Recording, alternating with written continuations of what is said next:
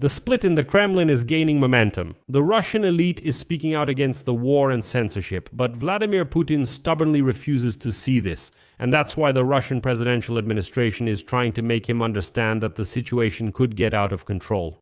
The Washington Post writes about this today, having analyzed both public and private statements and reactions of the Russian political establishment. And everything indicates that Vladimir Putin's inner circle is increasingly turning against him and his methods. And it's important to note that the Washington Post is not the only one writing about this. Earlier, I already talked on this YouTube channel about a report from European intelligence which claims that there is a lot going on around the war. Vladimir Putin's security has been sharply increased amid fears of a rebellion or even a coup. My name is Alexei Pechi. Let's discuss this topic together. But before we start, I ask you to subscribe to this channel, give it a like, and leave any comment below this video. If you want to support the work of this YouTube channel, you can do so with any donation using the links and details in the description of this video. Или по QR-коду на ваших экранах, или же с помощью спонсорства на... So, if you find this episode interesting or useful, at the end of the episode I will ask you to support the work of our YouTube channel with your donations. So, the Washington Post writes today that there is a real split in the Kremlin. There are more and more signs of a split at the highest levels of power in the Kremlin. Officials are dissatisfied with the war against Ukraine, problems in the economy, and the tightening of restrictions, especially on the internet. And here, the Washington Post immediately gives an example.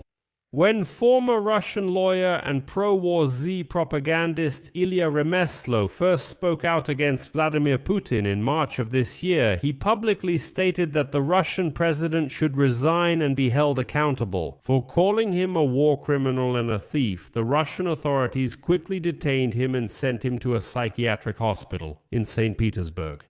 This Ilya Remeslo really spent many years fawning all over Vladimir Putin, supporting Kremlin propaganda, advocating for the war against Navalny and so on.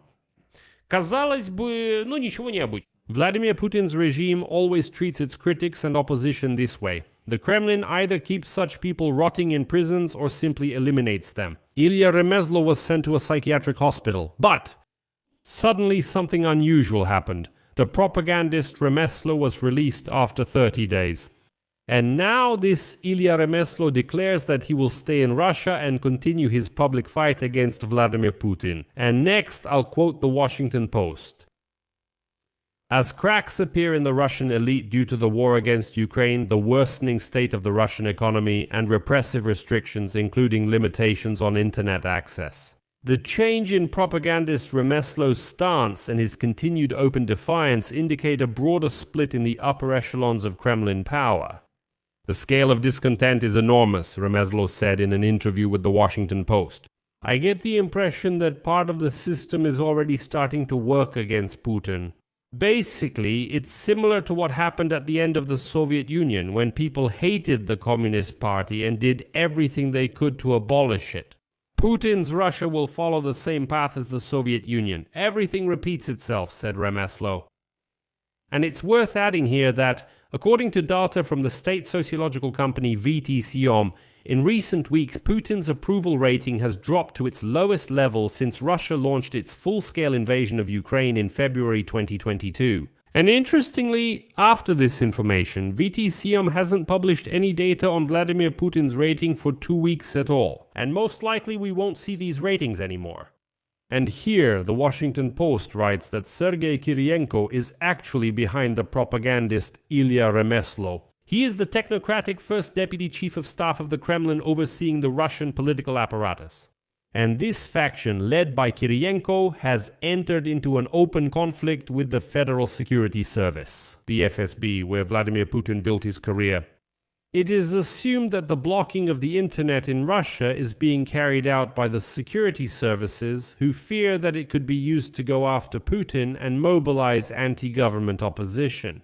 But on the other hand, this has already sparked protest. And the Washington Post, citing the words of propagandist Remeslo, writes that the FSB and separately the political wing of Putin's administration are in a state of serious conflict.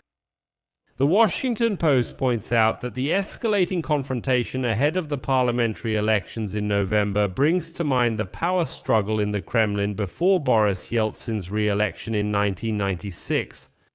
At that time, hardliners wanted to ensure Yeltsin's hold on power by declaring martial law and canceling or postponing the elections.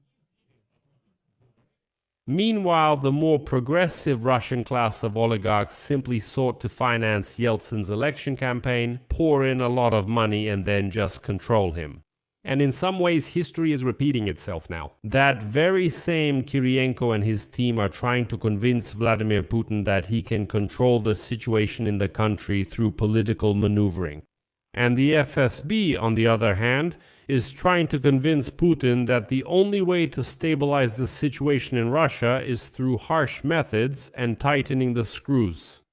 Moreover, as Ukrainian drones penetrate deeper and deeper into Russian territory, setting fire to oil refineries and terminals, setting fire to ports, and now, this week, missiles have started flying 1,000 kilometers as well. Moreover, drones have also struck a high-rise building just 1.5 kilometers from the Kremlin. Against this backdrop, public anxiety is growing, and it seems that Putin is stepping up his personal security measures. Of course, he doesn't care about the Russian people.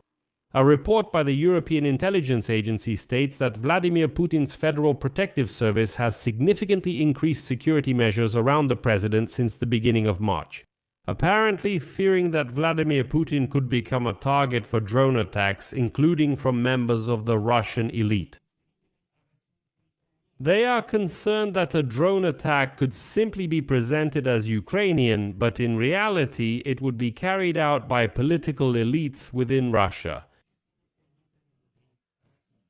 According to a European intelligence report, the Federal Protective Service has tightened security checks for people visiting Vladimir Putin, and those working with him are forbidden from using mobile phones connected to the internet or using public transportation.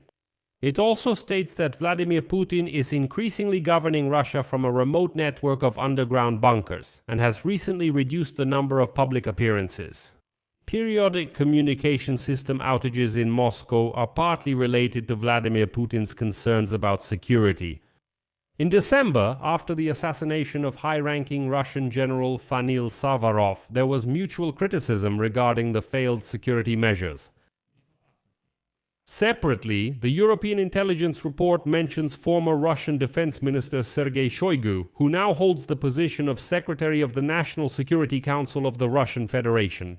It is noted that the Kremlin is keeping a close watch on him, as he has significant influence within the military command and is associated with the risk of an attempted coup d'etat. The point is that almost all of Shoigu's associates who are accused of corruption have been arrested. Shoigu may fear that he is next and therefore might try to act preemptively. However, to conclude this episode, I will say that it is possible the Kremlin is using this very propagandist Ilya Remeslo to create the appearance of opposition in Russia. But in reality, he is just a frontman for the Kremlin itself.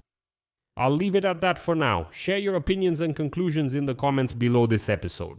And if you want to support the work of this YouTube channel, you can do so with any donation or a paid membership using the links and details in the description of this video or by scanning the QR code on your screen. I would appreciate any support from you. Also, subscribe to my Telegram channel Peichi News, the link is in the description of this video.